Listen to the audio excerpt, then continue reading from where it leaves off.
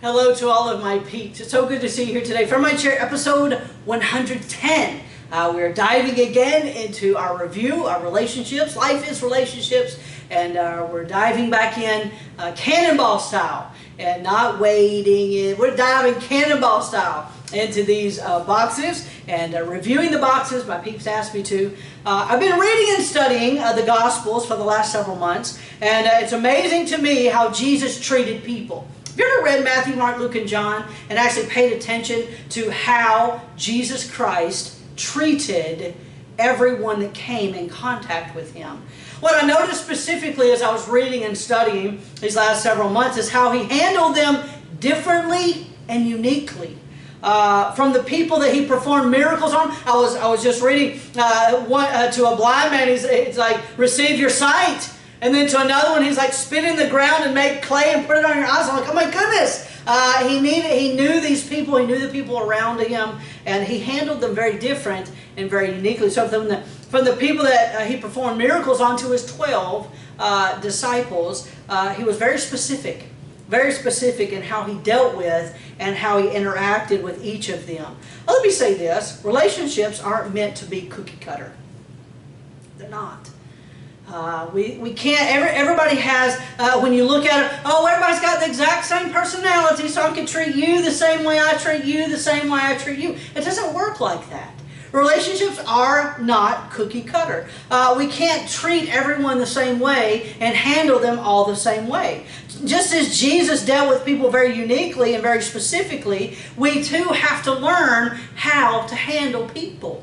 We've got to learn how to handle those relationships that we have in our lives and dwell with them, as the Scripture says, according to knowledge. It's very specific. And I know it's talking about husbands and wives, and that is an amazing, important relationship. One of the most important that you'll ever have, except with your relationship with Christ. But dwell with them according to knowledge. And I think that can spill over into all of your relationships. Learn. It's not cookie cutter. It's not, oh, I deal with you the same way and speak to you the same way and have conversation with you the same way, respond to you the same way. It's not. Studying our personality boxes, it is a great way to learn yourself, yes, but to also learn about the personalities of those that you know and love. Let's cite our sources for today. Let's jump in to our boxes for today, cannonball style. Let's see if we can get through some more of our boxes today. The Road Back to You by Ian Cronin and Suzanne Stabile. The Path Between Us by Suzanne Stabile. I've enjoyed these resources the last several years and pulling information and things from them, and I know that you'll love them too. So let's start. We talked about the Challenger box, the Bull Destroy the Box. That's box 8. Last week, box 9. If my box will please you, then you can have my box. It's the Peacemaker box. They want peace in all situations. Then my personal box we looked at. Box 1, the perfect box. My box is perfect. And don't come in and mess it up. I'm just kidding. And then we studied number 2, I need you in my box. It's called the needy box. They need to meet needs, and they do that many times in order to gain love from and appreciation from those people. So today, let's talk about 3. Box 3. My box is better than your box. The comparison box. The comparison box. And I know, I just said that, and box 3 is, you bristled at that, didn't you? I'm sorry. You're not going to like this at all, this review. So, let's talk about it. What's it like to live in a 3 box? All right, let's talk about it. Number 1, it's important for me to come across as a winner. Even if they don't win, a lot of times they'll reframe failure as partial victory. They've got to come across as a winner. That's very, very important to them. Number 2, you love setting and accomplishing measurable goals. They love to-do lists. Oh my goodness. Some dear peeps that is a 3 box. They love to-do lists and crossing it off and getting it all accomplished. Number 3, I like other people to know about my accomplishments. They're very, very quick to tell you every good thing that happened and all the good things that they did and that theirs did. And they like to know about the accomplishments. Number 4, I'm very personable but not personal. Get the words there. I'm not personable. I am personable, but not very personal. Even though those closest get to me, they repress me because I want to be appropriate in my appearance.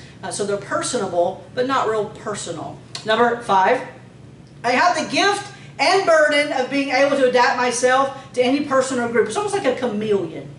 They can adapt to anybody. They walk into a room and they know who the most powerful person is in the room, and they gravitate towards the most powerful person in the room. I can find a way to win over and connect with just about anyone. It's a wonderful trait, actually, but it's a gift and it's a burden, being able to adapt yourself to people in the group. Number 6, it's hard for me to name or access my feelings.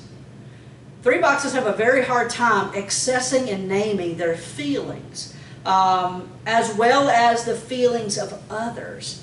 They really don't want to be cumbered and bothered with emotions and feelings.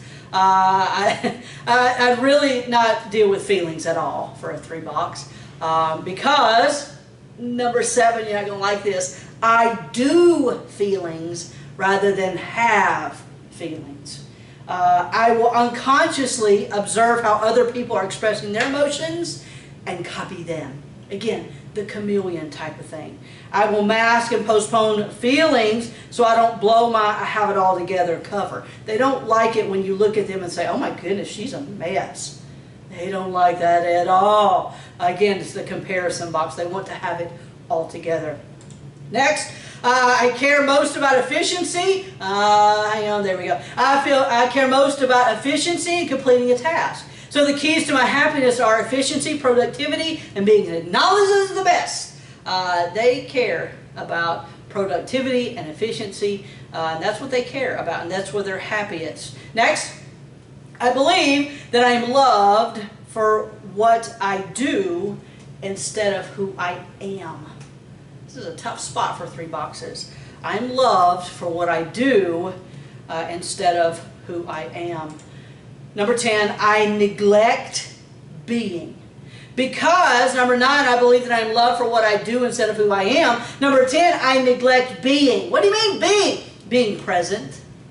I neglect being who I really am instead of who somebody else wants me to be and needs for me to be. I'm being who I really am, being with other people. I neglect being with other people. I neglect being available. So what is the communication style of a 3 box? Sales pitch. Sales pitch. Promoting, motivational speeches, advertising, success stories. They don't like failure at all. Success stories. What's their primary struggle? And there's the chameleon. Deceit. Their primary struggle is deceit. Not because they deceive others, but because they deceive themselves. Their true self gets lost in all of the performance. So yes, they deceive themselves, not deceiving necessarily others. They do get lost. They're true, who they truly are, gets lost in performance, which makes their go-to emotion, performing. Yes, that's their go-to emotion, is performing. I try to give a summary slide, and this is their summary slide. Can you love the real me? Every me they present to you is an effort to give you what they think that you want. Can you love the real me? They hide behind the performances, the chameleon, because they don't think you're going to love them for who they truly are. So what's your path to growth? 3 boxes. Number 1, you can move from emotional appearance to emotional depth. You can. You can have some depth to your emotions. I've seen it happen. I've seen this path to growth, and it works. You can have some very, very deep emotions and have some very valuable relationships if you'll go from the appearance of emotions to some emotional depth. Number 2, slow down and enjoy activities, watch, that don't have an expected outcome or a tangible takeaway. Yeah, not everything you do has to have something at the end that you accomplish and finish. No, just enjoy the activity. Slow down. Enjoy the activity for what it is, not for what is going to be accomplished at the end of it. Not everything has to have you winning at the center of it. Number 3, learn to enjoy successes without connecting it to your value as a human being. Yes, success without connection to value. You don't have to succeed to be valuable.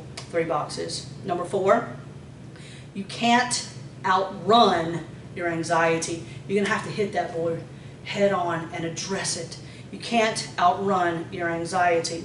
Number 5, accept that there are no easy and quick solutions to hurt feelings and missed opportunities. And this is tackling the darker side of emotions in a relationship. You see it sometimes as a task to be completed or a box to be checked off. No, sometimes relationships are just messy. They're just messy. They're unpredictable. Slow down and allow yourself to feel the emotions of that relationship. Number 6, learn to be present in other people's feelings as well as your own. Again, I'm talking a lot about feelings and emotions because 3 boxers, they don't want to spend much time in those things. It's foolishness. It's a waste of time. They don't want to dive into the emotions and feelings of other people and their own. Healthy relationships aren't about doing all the time. They are about being. We addressed that a few minutes ago. Number 7, understand that you can't be loved for who you are if you don't let people in and share at least some of your vulnerabilities. You're going to have to share your vulnerabilities with people. You're going to have to. Number 8, accept that your work is not your identity. Your work is not your identity.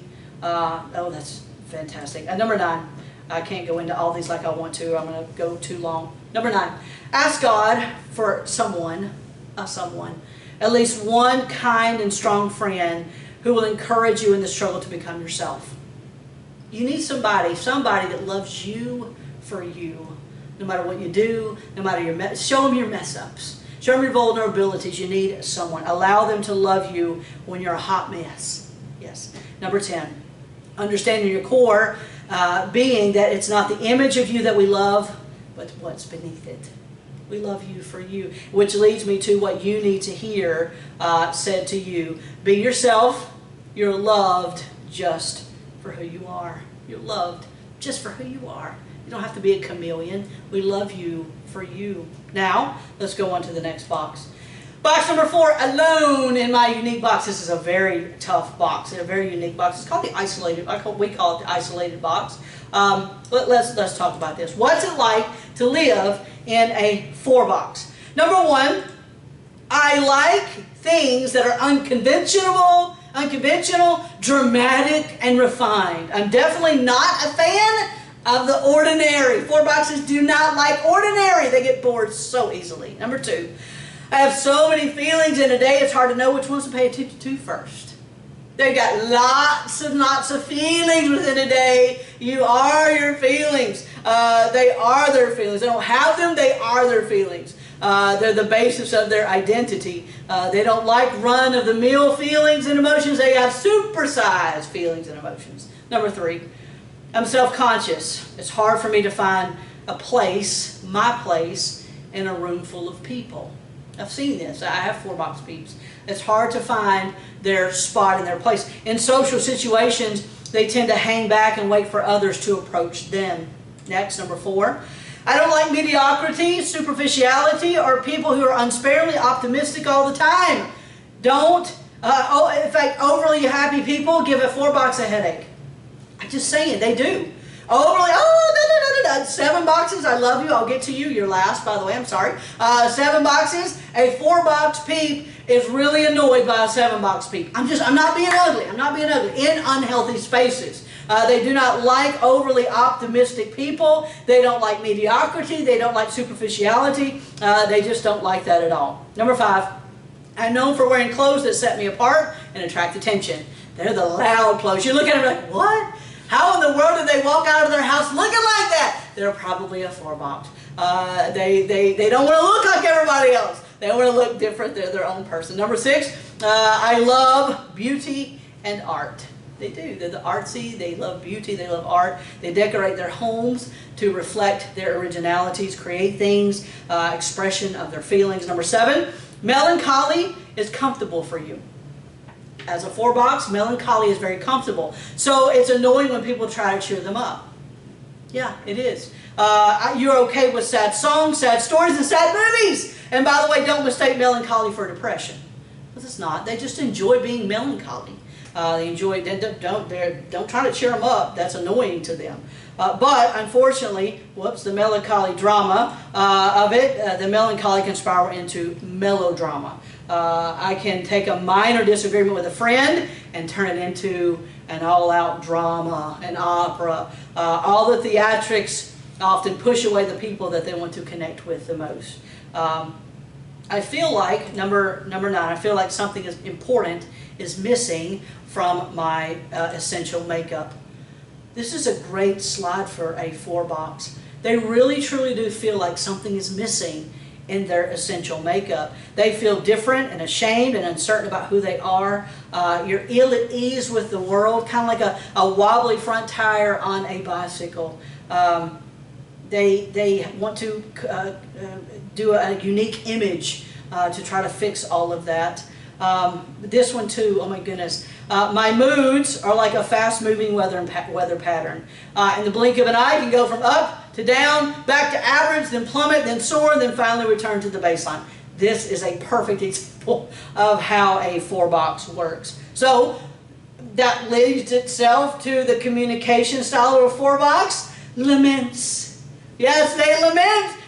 They're drawn to all things tragic, longing and lamenting and yearning and regretful sighs, that self-expression. They can always be counted on to tell all the sad stories. They lament, which brings me to their primary struggle is envy.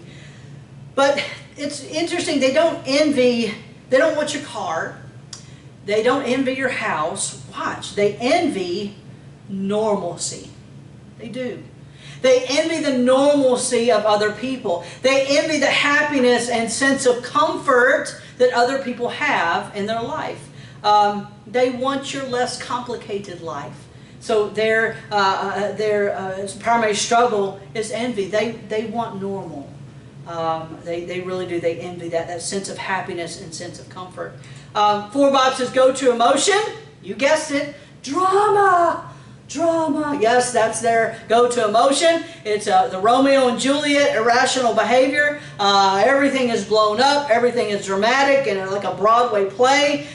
They have that constant drama. It's almost like their emotions that are like the monkey that swings from the tree. They go from one to the other, to the other, to the other, to the other. So what's the path of growth for a 4 box?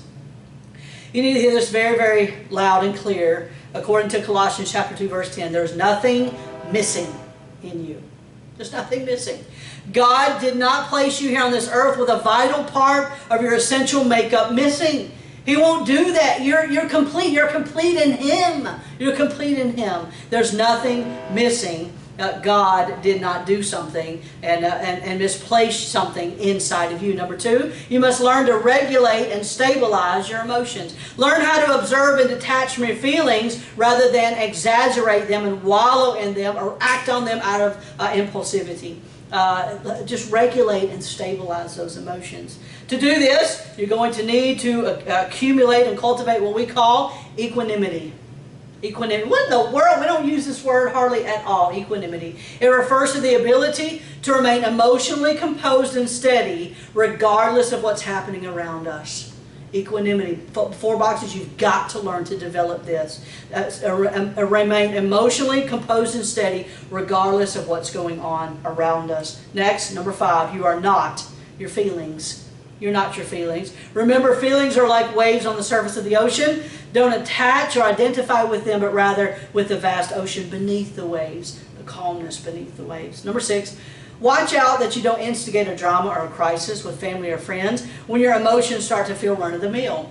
Oh, I'm kind of bored, so let's instigate something within my family and let everybody have an uprise and start yelling and crying and running around and angry. No, stop. No, you don't want that. It's okay. It's okay. All of the world is not a stage and you're not Shakespeare.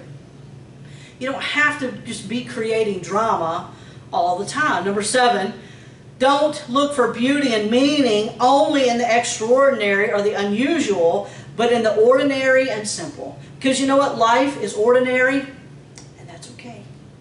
That's okay. Life is ordinary, and that's okay. You'll need to accept that there's no such thing as a perfect relationship. Perfection lies in your ability to accept what is and make it into something better. Find and express appreciation for what you do have. Go out of your way and find and express appreciation for what's present and unique in the people of your life, rather than always focusing on what's missing. then remember, I want you to remember that this is how God looks at you. The soft gaze that comes over a mother's face when she's looking at her baby, at her child. You need to remember that this is exactly how God sees you. What do you need to hear as a floor box? You need to hear, we see you, you're beautiful, and don't be ashamed. We see you, you're beautiful, and don't be ashamed. And I want us to look at these things and know that these things are so very important. Then, let's see, we'll do another one. This is my box, the analytical box. I love this, and we'll get into these real quick. The analytical box. And what's it like to live in this box? I've got a dear Peep, who is a 5 box. So what is it like? I love this. This is an owl. This is the snow owl. I love the snow owl. And this is my 5 box Peep. What's it like? Number one, I'm emotionally detached. They're emotionally detached from things. They want to be, it's about mental attaching, but emotionally they want to stay emotionally detached. They only have an allotted amount of energy for any given day, any given task. They have just a little bit of energy, and they want to spend it where they want to spend it. Number 3, don't ask for too much personal information because they won't give it. They do not want to give too much personal information because they want to be, remember, emotionally attached. Next, they're very careful where they spend their energy. They have to pick and choose where they spend their energy within a day. Next, being too peoply, they drain a 5 box. Be careful with that. That 5 box, they don't like too many people. They don't like a whole lot of people-y situations. Next, if I want them to know, I will tell them. In other words, they're not going to be very, come up to you like a 2 box and and tell everything, or a 9 box, they chronicle and epic sagas, or a 4 box, and they're not like that at all. If they want you to know, they will tell you. Next, they have mental cubby holes. They put things in their mind in cubby holes, and they don't want them to mix together and be together. They need some time to process. When I remember talking to a 5 box Peep, and just trying to tell them things in a situation, knowing that they need some time to process this and then dwell upon it with knowledge, and then they come back to it with some very wise things that we discuss and things. So it's very interesting. They need some time to process. They do not like it at all that people are wasteful. People that are wasteful bother them big time. They capture everything, and they want everything to have a purpose and a meaning to it. So yes, wasteful people, they don't care for that at all. They have I love this slide. This is an amazing slide. They have an excessive desire to gain knowledge. They want to know things. They want to know, rather than experiences, they want to know things. They want to gain knowledge. They're very knowledgeable people. And they provide what people want through relationships such as love and comfort and support, but they want that knowledge. Their talk style, and this, again, it fits very perfectly, lectures. They're great lecturers. Informative displays of knowledge, definitions, facts, instructions, logical and rational arguments. Some very close 5 box Peeps, and I love them. And they bring to the table a lot of knowledge and information that you need. Their primary struggle is avarice. You're like, avarice? I've never even heard of that word, avarice. It's typically, we think, and it's greed. It's greed. But typically when we think of greed, it's a greed for money and possessions and things. But when we speak of avarice in relation to 5 boxes, we're talking about their need to retain, that clench and protect what little they have already. They will hold life and moments and memories and time in a day. They'll hold it like this. They're very greedy of their time and of their energy, a lot about their energy. They're very greedy about it. They hold on to it very tightly. They don't believe their privacy and their independence. They're very greedy to that. They believe that they don't have enough inner resources to meet the demands of life. They believe that they don't have it inside of them, enough inside for a day to meet everyone's demands in a relationship. Their greed is for privacy and for independence, which makes their go-to emotion, ready? no emotion. No emotion. They are emotionally disconnected. They don't go to emotions. But if I were to assess emotions, I think they're frustrated. I think they're frustrated people about 5 boxes. They give you that snow owl stare when you're handing them something emotional or hurtful or hard. They'll give you that stare right there. That stare, that's when they'll give you the snow owl stare, because their go-to emotion is no emotion. They think, they don't feel. It's very, very hard for a 5 box to feel. Much different than a 4 box. A 4 box feels everything. A 5 box, they think, they don't feel. So what's your path to growth? I love this. The path to growth is this. Number 1, you're going to need to implement a pattern that's called detaching in order to engage. We detach so we can reorder our attachments and then align and cooperate with the inflow of grace into our deepest self. Then we can allow love to pass through us and touch and heal others in the world. Detach in order to engage. Number 2, you'll need to practice connecting to your emotions in real time. Not later on. Practice connecting to emotions right now in the heat of the moment. When someone's talking to you, engage in those emotions. Connect with those emotions. You can't celebrate Christmas on Saturday and not feel it till Wednesday. I'm just saying. As a path to growth, it's okay to feel feelings right now. Give yourself permission to do that. Number 3, if you want to be free of your default pattern of fear, learn to embrace the mentality that says, when I give, I receive. Oh, that's so good.